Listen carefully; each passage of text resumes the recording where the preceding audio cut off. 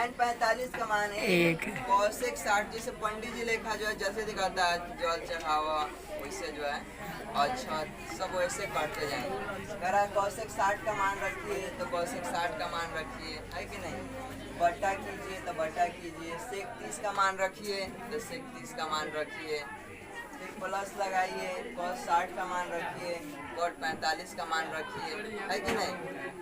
अब जोड़ घटाव कीजिए, इसके बट्टा में कुछ नहीं था एक है 2 और √3 का एलसीएम कीजिए कितना होगा 2√3 ना होगा जी सही।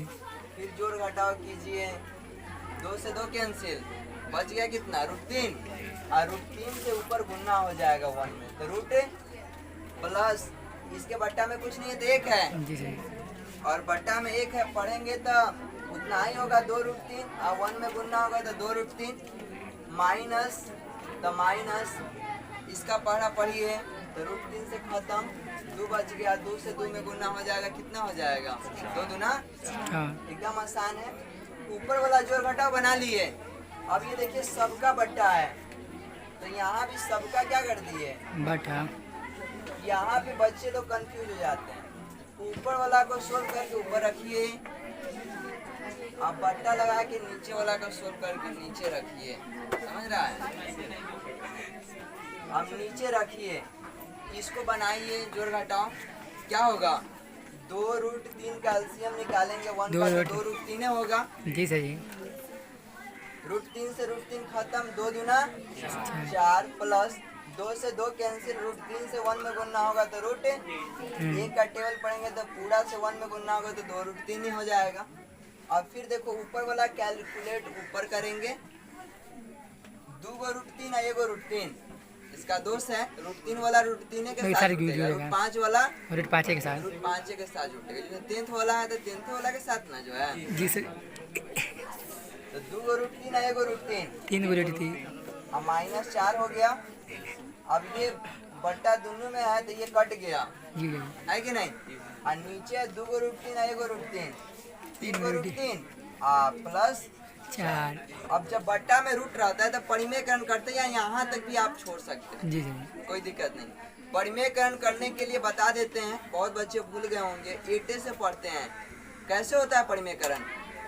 सही। परिमेयकरण करने के लिए सबसे पहली बात आपको पहचानना है कि बट्टा में रूट तो है या नहीं। जी सही सही। रूट रहता है तभी परिमेयकरण करते हैं, तो इसके बट्टा में रूट है जी सर ये है ना रूट जी सही। यानी रूट को हटाने के लिए हम लोग परिमेयकरण करते हैं। परिमेयकरण परिमेय तो पढ़ा होगा ना, बट्टा के रूप में लिखने की क्रिया को परिमेय कहते हैं। P/Q पढ़ा है ना, जी सही। तो P/Q ही जो है परिमेय होता है, तो उसी रूप में लिखने के लिए हमें ऐसा किया जाता है। तो वैसे हम क्या करेंगे ध्यान देंगे, अगर 1/√3 है तो आप लोग पढ़े होइएगा कि अपरिमेय संख्या है, अपरिमेय संख्या है ना, क्योंकि बट्टा में रूट जैसा संख्या नहीं ना होता है। तो इसको रूट को हटाने के लिए परिमेय बनाने के लिए हम लोग क्या करते हैं, जो संख्या बट्टा में है क्या है √3 तो √3 से ऊपर गुना करेंगे और √3 से नीचे नीचे भी कर गुना करेंगे। लेकिन ये पता हो कि संख्या केवल एक होना चाहिए, एगो संख्या हो। जैसे यहाँ बट्टा में √3 है तो √3 से 1 में गुना होगा √3 और √3 से √3 में गुना होगा 3 बट्टा में से रूट हट गया, यही हमारा हो गया परिमेयकरण। लेकिन अगर किसी के बट्टा में ऐसा दिए रखा है 2 को संख्या टर्म है प्लस माइनस जैसा है ना, तो क्या करें, तो चिन्ह बदल करके ऊपर नीचे गुना करेंगे। क्या करके चिन्ह बदल कर जब प्लस माइनस में रहेगा तो इसको हम क्या करेंगे 2 यहाँ माइनस है तो यहाँ प्लस लिखेंगे, यहाँ प्लस रहेगा तो यहाँ माइनस लिखेंगे। तो 2 + √2 बटा 2 + 2 वैसा ही सिमिलरली यहाँ पे किया गया। देखिए आप लोग बीच में यहाँ पे क्या है इसमें प्लस, तो यही चीज से हम ऊपर नीचे गुना किए हैं, सेम चीज से है कि नहीं, केवल यहाँ प्लस है तो माइनस क्या किया गया है माइनस। समझ गए परिमेयकरण करने का जो है, ऐसे तो बहुत को पता ही होगा इसमें।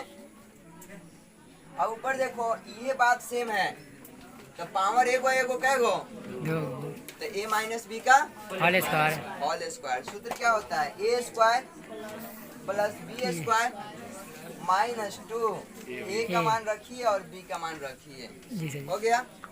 बट्टा में देखो एक बार प्लस में और एक बार माइनस में सूत्र क्या होता है? ए स्क्वायर माइनस बी स्क्वायर ए का स्क्वायर माइनस बी स्क्वायर का बी स्क्वायर। ए का स्क्वायर कीजिए या माइनस बी का स्क्वायर कीजिए। कीजिए।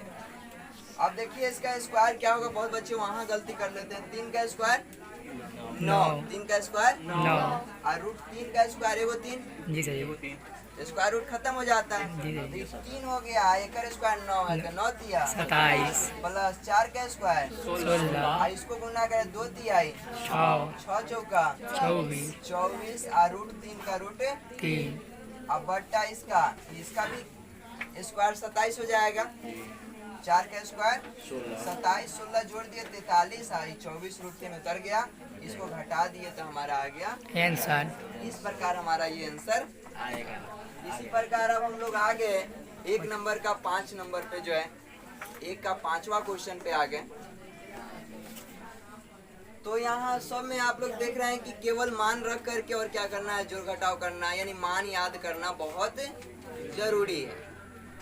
5 में देखिए क्या है, 5 में आगे पांचों लिखा है। जी सर जी 5 के आगे 5 लगा दे। कॉस स्क्वायर 60 डिग्री। कॉस 60 का मान कितना होता है? 1/2 तो स्क्वायर कीजिए तो कर दीजिए। जी सर जी ये कर दिए। कहेगा से करना होगा पंडित जी की तरह। प्लस लगाइए तो लगाइए, 4 है तो लिखिए तो लिखिए। के 30 का मान लिखिए। आई स्क्वायर कीजिए, माइनस लगाइए, 45 का मान लिखिए, आई स्क्वायर कीजिए। कह रहा है ना? जी सर जी बट्टा में आइए और इस सूत्र को याद कर लीजिए।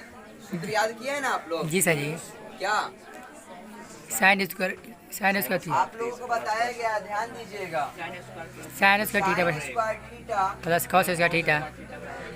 बराबर 1। जी सर जी लेकिन कहिएगा यहाँ थीटा कहाँ है?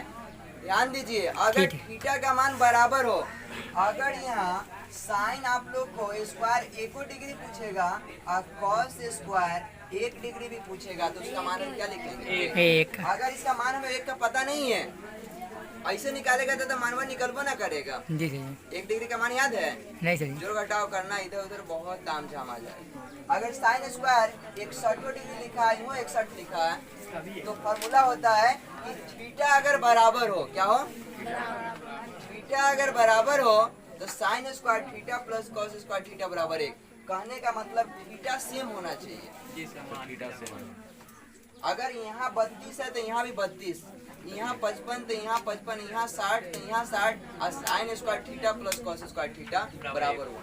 तो यहाँ पे हमें इसका मान रखने का जरूरत भी नहीं पड़ रहा है, जी सर जी क्योंकि फार्मूला कौना दिन काम आएगा। जी सर जी तो sine square theta plus cos square theta